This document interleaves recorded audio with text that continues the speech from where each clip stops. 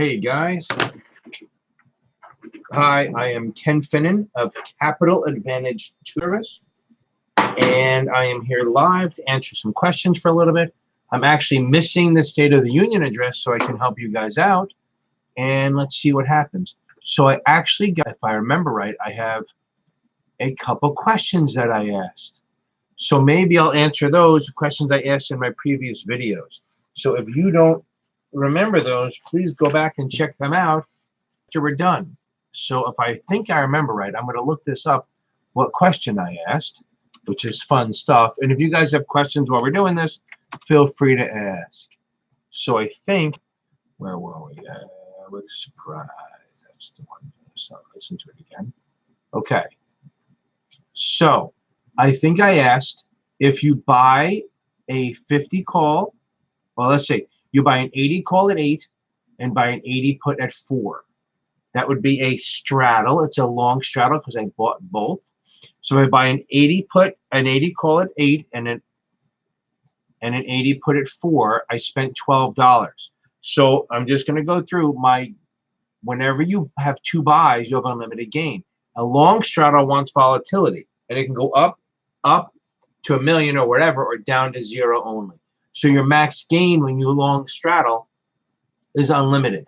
Also, downside obviously is going to be the break even to 0 on the downside, but unlimited is more. Whenever you buy something, the most you could ever make, is unlimited. The most you could ever lose is what you spent. So I'm going to say there's 2 break evens when you do a straddle. You're going to do an 80 call plus the 12 is 92 on my upper side, and then I'm going to do 80 put minus the 12, and it gives me 68 on my downside. So a long straddle wants volatility. I'm buying a call and buying a put. I want it to go up to forever, so I have unlimited gain. The worst case scenario, it stays at 80 and I lose my premium. Again, my break evens are both 92 call plus and put minus the total premiums. Mike G, for anyone who actually answered it, good job. Okay, my other question, I think, was, let me see if I can find this, puppy, was more of a cost basis question. So how do I find this? Okay, so it was my most recent video is on my formula. So let's go, let's find this. I know I tried to do some weird stuff with my video. It was kind of weird and it wasn't that good. So the question I asked on my last formula, on my last test, the formulas one, was a customer bought 1,000 shares of ABC, and this may or may not have been on the test. So a customer bought 1,000 shares of ABC at $20, and he writes 10 ABC October 20 calls for 2. The calls expire and the stock was sold at $26.25, and you would know what I'm talking about if you watch my other video. What is the cost basis? So again, customer buys 1,000 shares of ABC at $20, writes 10 ABC 25 calls for 2. The calls expire and the stock was sold at $26.25. What is the cost basis? So if you remember from other videos, cost basis is what I pay. Proceeds is what I sell it for. Cost basis is what I pay. Proceeds is what I sell it for. So cost basis here is what I paid. So I bought the stock for 20. By the way, my choices are 20, 28.25, 22, or 26.25. Always read the 4 choices because sometimes people start doing the big numbers when it's not really a thing. So sometimes people start going, oh, 20,000. I don't care. Look at the answers. This way you know what you're looking for. And I know that I'm looking here for per share, so it's $20, $28.25. So I look at this, I bought stock at 20 and I sold a call. So in my mind, the IRS goes, well, those are separate things because the IRS wants to tax you right away. So they know you got money for selling the call, boom, they want to tax you. So you are going to pay taxes on that premium as soon as that thing expires. So they're not going to give you and say, oh, you get to use it towards your cost basis. So in this case, I bought stock at 20, sold a 25 call for 2. My cost basis is going to be the stock, the price I paid for the stock, $20. So there are 3 things that do not affect cost basis. One of them is selling a covered call. Another one is getting a cash dividend. And third is accrued interest. Those three things do not affect cost basis. I'm assuming my viewership is lower because, one, we got the big old State of the Union address going on. I'm sure everyone's going to watch that. Okay. Jorge, question regarding the Series 6 top-off. Are mutual funds as heavily weighted in the 6th as they were in the SIE exam? It seems that the questions that have been asked are more. Okay, so understand, yes, that's my straight-up answer. It's going to be even more so because the Series 6 exam allows you to sell basically two products, mutual funds and variable annuities. Okay? Hey, Judy, how are you? So basically, I didn't get an email from you with questions. You must be ready to take this test. So basically, it's going to be suitability. So mutual funds are going to be absolutely heavily tested on this exam, on the Series 6, because that's half it's going to be. So here's the thing. It's not the little details. It's going to be suitability. Oh, what kind of fund should he buy? Should he buy an income fund or a growth fund or something to the effect? Maybe a muni fund if they're rich, stuff like that. That is going to be where we are with the Series 6. They're going to hammer you with mutual funds and annuities. And then somebody also said a lot of communications. So that's why my video on how to pass the Series 6 is all about mutual funds and annuities. Oh, guys, one of the guys, Richie, who was on here before, he told me he finally passed his 63, so he's done. I'm pretty sure he's done. He was the one who said I spoke too fast, and I met with him a couple times to help him. So we taught him to slow it down, but he rocked through that test and did great. I think he got the SIE, the 6, and the 63 done. Now we're worried about maybe doing the 7 top off, but I don't think he knows it. That's what I'm thinking. So yeah, Jorge, it's going to be situational knowledge. It's going to be situational suitability, and that stuff where it's going to be. So I got an email from someone, I forget her name today. So she asked me to do some of the mnemonics, which she thought helped. So I can start with that, and then if we have any questions, we'll go forward. If not, I'm going to go watch our president make a couple speeches and watch the Democrats stand for the Republicans stand for everything he say, and the Democrats sit for everything he says. We'll see what happens. Should be fun. I don't care either way. I just think it's drama. Now, so let's do a couple of mnemonics. Oh, there you are, Annie. Thank you. Okay, so once you say it, look, I'm old. I can't remember anything anymore.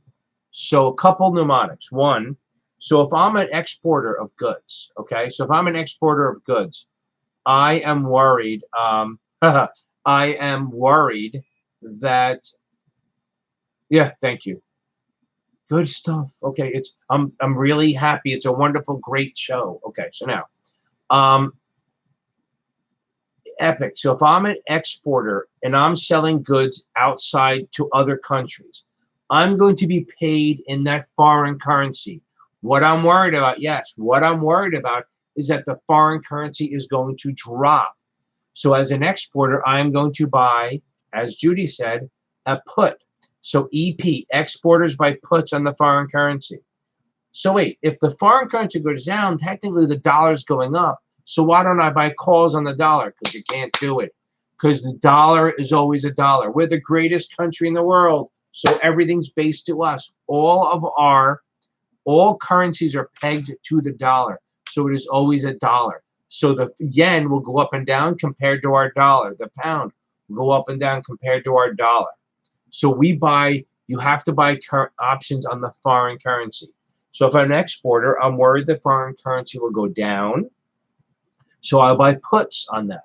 If I'm an importer, I'm worried that the foreign currency will go up and I can't buy as many Cupid dolls or widgets from the other country. So I will buy calls, and that's what Judy put. Epic. Exporters buy puts, importers buy calls. That's one mnemonic, and remember that. And it's always on the foreign currency. God forbid they ask you one from a foreign exporter-importer's view. So this is the way I do it. I do this. I go, oh, what would the U.S. exporter do? The U.S. exporter buy puts on the foreign currency, so the foreign exporter would buy calls, exactly the opposite. So that's one. Another one that is always a good one is DERP. Good old DERP. DERP is basically the timeline for dividend payouts. Dividends payouts. So, yes, the order timeline is DIRP. Declaration X record payable. Declaration X record payable. Declaration is the day that you declare it. X is the day before, the business day before the record date. The record date is a day you have to be an owner of record, which means you have to buy it 2 days before. And payable. Payable is the day they cut the check. That's an order, DIRP. Okay, let's find some others. Slobs over bliss, SLBS. Sell limits, buy stops are placed above the market. Slobs. Bliss, buy limits, sell stops are placed below the market. So slobs, sell limits, buy stops above. Bliss, buy limits, sell stops are below. So, and the other thing to remember is stops protect, limits don't. So if they ask you how to protect something, you would, first options, that's the first choice. Second choice is going to be stop orders. If you're short, you're going to do a buy stop. If you're long, you're going to do a sell stop. Okay. Another one. I did a little bit on margin, so I'm not going to touch that one. That's my last video, so watch that. So on the Series 7 exam and the SIE exam and all these exams, Series 6 exam, these are all little things that'll help you. So now we have PGDM. Pro golfers don't miss. Pretty girls date me. Pretty girls drive Mercedes. Whatever you want. That is for the order payout in an option, okay? And not an option, in a muni. So in munis, we get orders as an underwriter. So which orders get priority? So PGDM, pretty girls drive Mercedes. So we have pre-sale, which is the first one. Those are orders we received before we've been announced as the deal. Then we have group. Group orders are orders received after the issuer is announced that we're the underwriter of choice. So it goes pre-sale, then group. Those orders, all the profits and commissions are shared among everyone in the underwriter group. Then we have designated, PGD, pretty girls drive, D for designated. Those are orders where the underwriter doesn't want to share with everyone else. I'm just simplifying it. It's where they don't want to share with everyone else, and that's fine because they come third. They come after pre-sale and group. Now, the last one is member orders. That's where members of the syndicate or FINRA get to buy bonds for themselves. These are for buying the bonds. So every order, if I'm the book runner, everyone gets orders, and I'm going to put them in a box. If they're orders I received early on, they're pre-sale. They get first priority. Then group orders, they're second. Then designated. Then member orders. PGDM. Pretty girls drive Mercedes. Okay. Then we go with. Okay. Okay. 1 second. So then we have the rates high to low. So remember, pretty boys drive Ferraris. So pretty boys drive Ferraris. So we have the highest rate is the prime rate. That's the rate that banks lend to their best customers. So they're like, say you have a really strong customer, you're a bank, you'll lend them at prime. If maybe it's a little weaker, you'll do prime +1. It's like a base rate. That's what banks lend to the best customers, not very volatile. Then we have the broker loan rate. That's what the banks lend for what they call securitized, collateralized loans for margin. Remember, if you buy stock from a broker-dealer and use margin, you're borrowing money. You're not borrowing from the broker-dealer. You're really borrowing it from a bank who lends it to a broker-dealer, and they lend it to you, and they all make a little bit of money. So that's the broker loan rate. That's the next one down. Then we have the discount rate. The discount rate is the rate that the Federal Reserve Board lends to banks for overnight lending. So that's an overnight rate. The discount rate is the overnight rate for the Federal Reserve to the banks. That's the one you hear they change every quarter. So they raise the rates or lower the rates. That's how they impact the money supply. They raise rates to make it tighter. They lower rates to make it looser and easier. Then the bottom one is F, Fed funds. That's when banks, they need money at the end of the day. They borrow for overnight lending from the different other banks. That's the lowest rate, the Fed funds rate, and it's also the most volatile. It changes every single day. So the Fed funds rate changes every single day. Good, okay. So that's some of the mnemonics. I'll try to come up with some more as we go along, but that's a solid one. Now, Jorge, explain prospectus and open end versus close end with variable annuities. Okay, so here's the deal. So if you buy a mutual fund, which is an open end, you got to get a prospectus. That's the deal. You have to get it no later than the completion of the trade, which is settlement.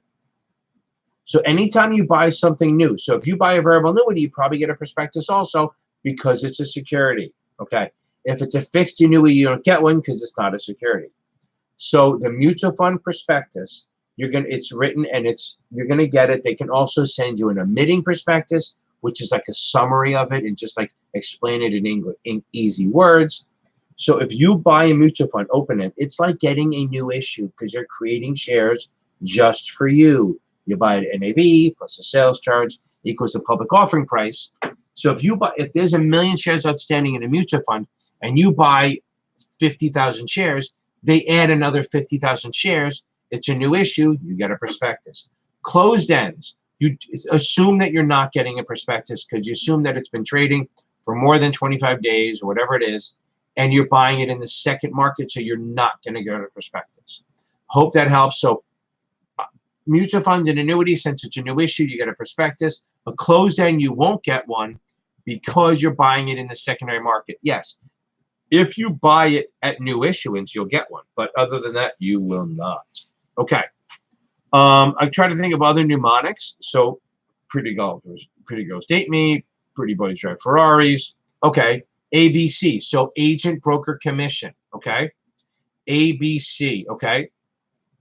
Agent, broker, commission. Annie, I actually have a video on risks. I can do a little bit, but there is absolutely a video I do on just risks. It's called All About the Risk, but I'll see what I can do. So now, ABC, if I'm an agent, I act as a broker, I charge a commission. Agent, broker, commission, ABC. PDM, principal, dealer, markup. So if I act as a principal, I'm a dealer, I'm charging a markup or a markdown. ABC, agent, I'm just a middleman, I'm not taking a position. Okay. Principal is principal, dealer, markup. Okay. That's where I am taking an actual position in that. So if you want to buy 100 shares at 50, I'm going to buy them, or say I own them already. I'm going to sell them to you out of my own inventory at 50 and 25 cents. So $50 is the price, 25 cents is the markup. And that's what I'm charging you. That's like a commission. There's no big difference. Okay. Okay. So here's the thing. So I've done a couple things, but I also have, and on my risk thing, I think I have a little chart that you can probably try to copy and write down in this thumbnail, which will help. I'm changing the thumbnail at some point. I'm going to a more colorful one and see if it attracts more attention. I'm getting close to my number now, and I'm getting more and more views, which is great. And I think as the spring and summer comes, it'll pick up because a lot more people. I'm out of, my brain is dead. If you guys have more questions, that's great. If not, we'll do, we got next Tuesday. This way I'm not competing against the State of the Union. Okay. Okay, I can do riskless principal. Good question, Nicole. So a principal transaction is strictly just me using my inventory to sell to you. But if I own the stock, I have risk that it may go up or down. If I'm a broker dealer and I own IBM, where's IBM trading? IBM stock. So say IBM is trading at, drum roll please, IBM is trading at $149. I own that stock. I have it as inventory in my portfolio as a broker dealer, so if people want to buy it. So what's going to happen is, this is regular principle. Somebody comes in, wants to buy. Now, I'm doing it the way the Series 7 exam and the SIE exam wants it, not real world. But it is a little real world, but again, I simplify it for the test. So now, I'm a broker dealer. I own the portfolio. I own the shares. You come in and want to buy stock. Last sale is $149.11. So you're going to buy it at $149.11. I'm actually going to sell it to it like $149.50. So I'm charging a 39-cent markup, but I have risk because I own it. If the stock drops to 130 or 140, I'm losing money because I have the risk because I own the portfolio. What Nicole is asking is riskless principle. Riskless principle is this. I buy You give me an order to buy IBM. I then go and buy it at 149.11 right then when I get the order from you. Then I turn around and sell it to you immediately at 149.50. I make 39 cents as a markup. That the reason it's riskless is that I am not taking any investment risk until you give me the order. And then I'm not buying it until you give me the order, so I don't actually have risk because I know I'm selling it to you at a markup. I'm buying it with no principal risk.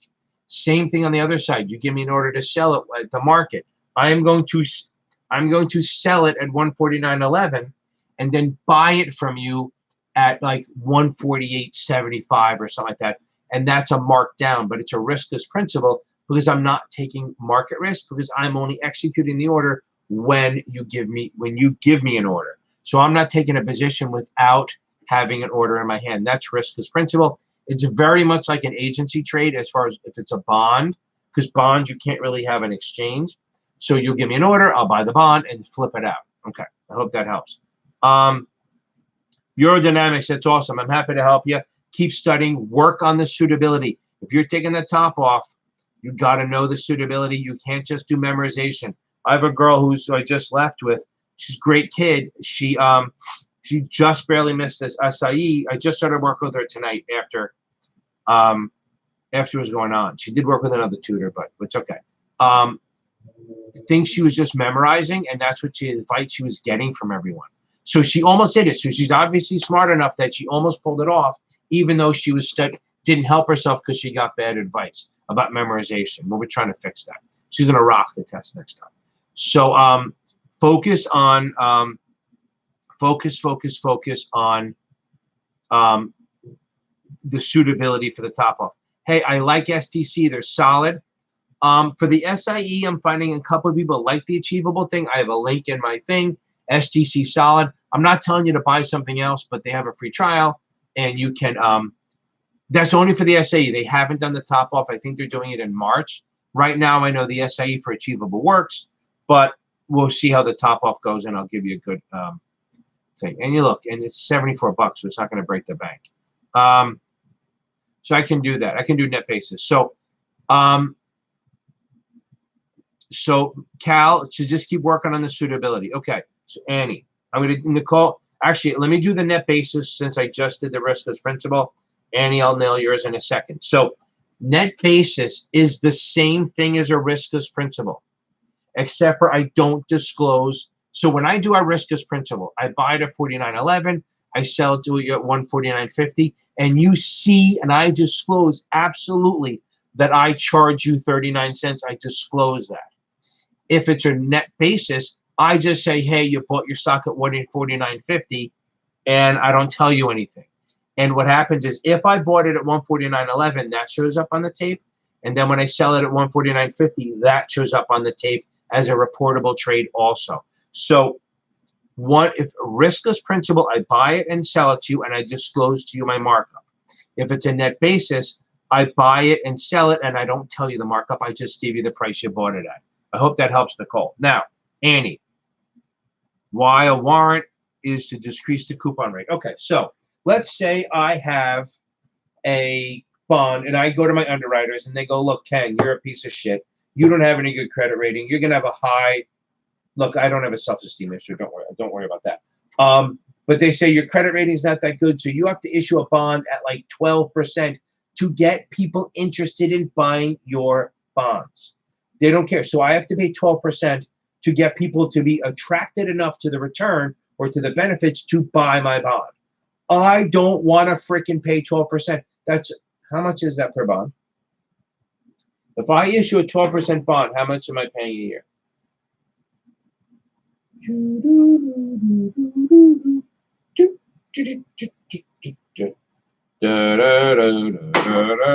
Okay, I'll answer it. $120 a year. So if I issue a 12% bond, for every single bond I issue, I have to pay $120 a year. I don't want to pay that when I'm watching GE and Gillette pay 6 or 7, which is 60 or 70 bucks. So I need to make my bond more attractive. So what can I do? I can secure it with collateral, like make it a mortgage bond, make it safer. I can do that. I can make it non-callable. I can maybe, if it's a debenture, maybe I can ask my parent company to guarantor it, make it a guarantee bond. But no, what I can do, I can say anyone who buys my bond, I will give you a warrant, a piece of paper, something. This piece of paper is a warrant. This will say that you can buy my stock at $30 a share. Now, what happens is the stock is trading at 25 right now, so it's not very attractive. So I'm giving you the right to buy stock at 30, so it doesn't really help you right now, but it does in the future because maybe you assume that the stock's going to go above 30. So I go, look, you buy my bond, I will give you this warrant that says you can buy 10, 15, 20 shares, whatever it is, at $30 a share. So for every bond you buy, I give you a warrant, long-term. They can be perpetual, they can be forever, to make it more attractive. So if I make something more attractive, F you, I don't have to pay you anymore. So if I'm paying 12 and I go, look, I'm adding a warrant to it, maybe I can go, look, it's more attractive. I can offer it at 9%, and I will get people to buy it. That's the thing. So I will get people to buy it by making it more attractive. That's what happens. The more attractive something is, the lower the coupon, the lower I have to pay the investor. So if I make it if I have a short-term bond, not very risky, so I can lower the coupon. If I secure it with a mortgage or collateral or equipment, I make it safer so I can lower the coupon. Any of these things I do to make it better for the investor or safer, or maybe I make it convertible, that lowers the coupon because that's an attraction. That I increase my appeal to more people so I get to have a lower coupon. Does that help, Annie? Okay. While I'm waiting for Andy to respond, yes, Cal. Options are between, now the kid who took it the other day, he said he only had about 10 or 15 options. But the first time he took it, he said, thank you. He said that he got about 30 option questions. So what happens is that in the option questions, it's not super mathy. They're going to be max gain, max loss on it, but a lot of times it's going to be, oh, if I'm long stock, how do I protect it? If I'm short stock, how do I protect it? How do I income? If I have a straddle, what do I want? If I have this option, how do I create a debit spread? It's not incredibly hard, but it is a challenge. But again, the problem with Kaplan and all these guys is that they go very, very, very heavy on the complicated math. They'll throw this and that, and then Larry died, and we leave that. So it's really the options. If you're in the high 60s, low 70s on options, and you understand it, you're just missing the little tricky shit, then you'll probably be fine on the exam.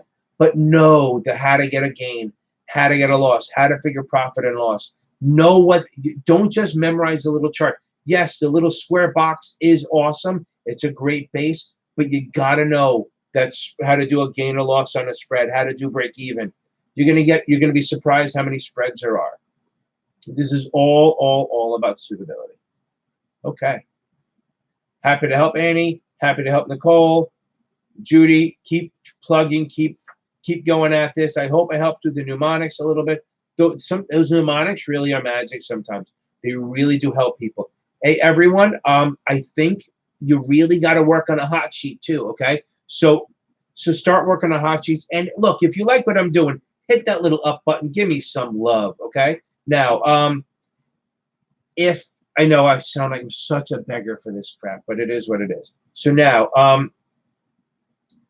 if you work on a hot sheet, if you guys want, what we can do is, I don't know how to do this, but if you guys have a hot sheet that you're working on, maybe, so a hot sheet. See, okay. Okay.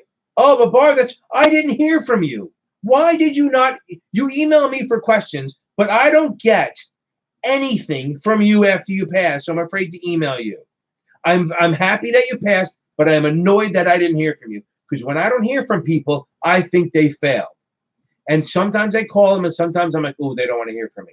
I am very annoyed and I'm hurt, but I am very happy for you, Babar, that you passed. God, oh, you want to do it in here. Great for the drama. I love that. Going that. It makes me feel good, but wow, you had me a little worried that I'm like, you had it, and I felt bad. Okay, good stuff. So a hot sheet is what you do when you get into the test center. there's this crappy little whiteboard that you can write on.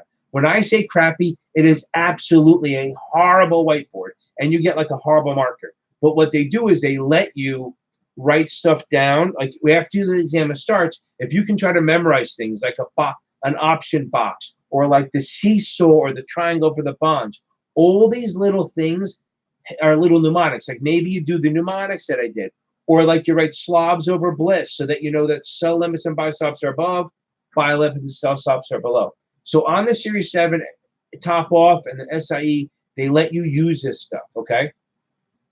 Okay. So don't be nervous, okay? Is it Luz? Okay, so don't be so nervous.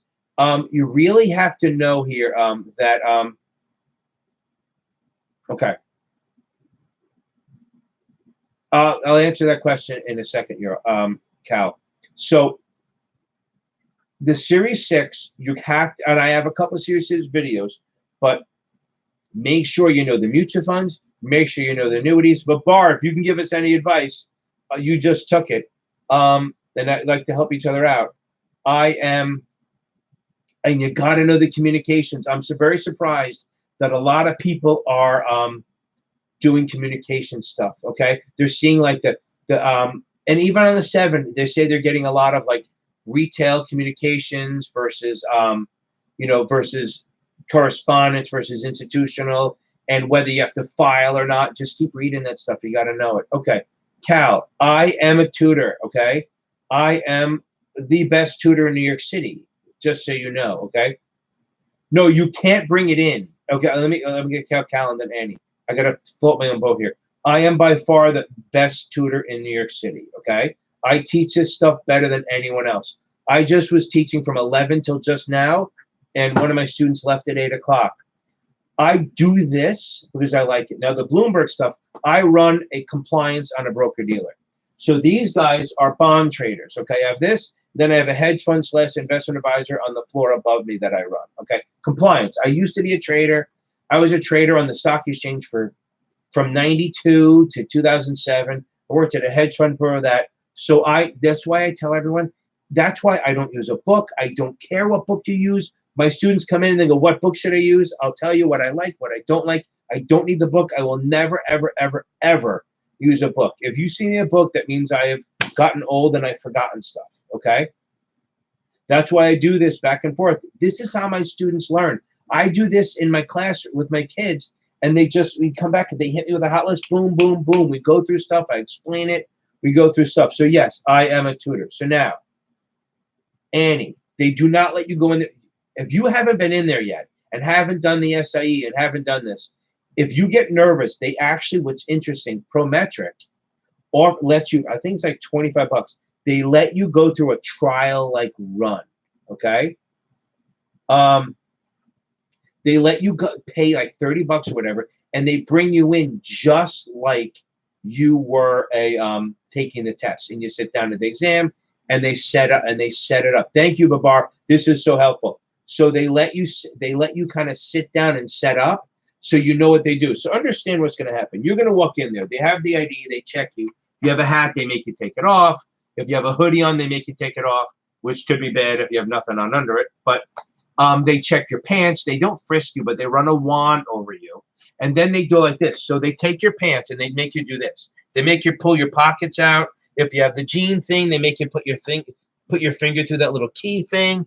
And then they make you pull your pant legs up to make you see, to make sure you're not hiding anything. If you have a pocket, they make you run your finger through that. Okay. No, yeah, Babar answered that there shouldn't be more than 1 or 2. So Annie, that's what's happening. So you can't walk in with anything. But what you can do is once you sit down, what you do is you practice, come up with a piece of paper of stuff that you know. Okay? And then you just download it. Once the test starts, boom, you write down as much as you can, and then you hopefully, maybe you don't need it. Sometimes just writing this hot sheet down over and over again is the way that it works. That's the way it helps. Okay, just sometimes that's a matter of studying and doing it that way. Okay. Okay, yeah, they check your glasses, they hold them, they make sure there's not. Now with Google Glass and all that stuff, you get it, okay? They run the electronics over you. I mean, I've heard of people doing stuff, but you remember something. If they cheat, if you cheat, they're banned from the business. So they're tough on this. They have cameras all over. Yeah, Annie, they give you a calculator.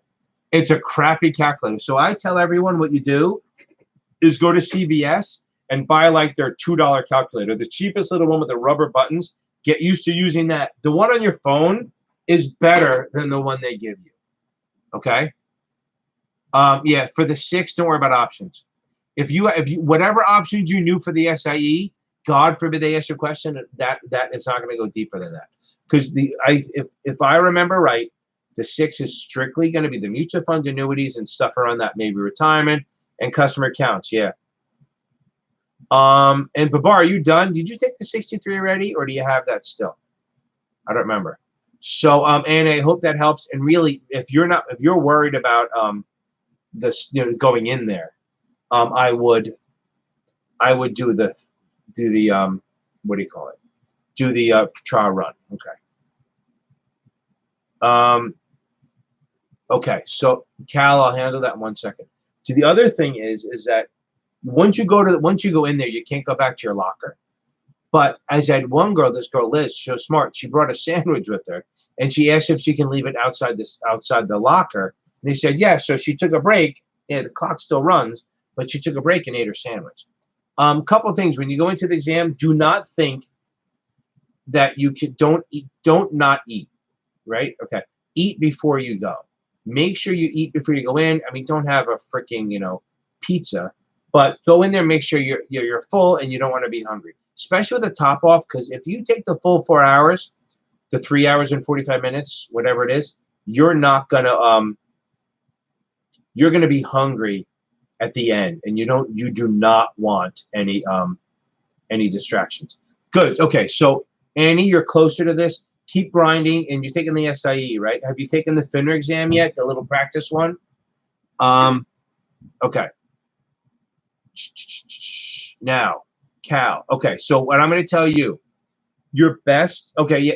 Listen, I know Cal. I'll keep teasing you like this. Annie, just keep going through the questions.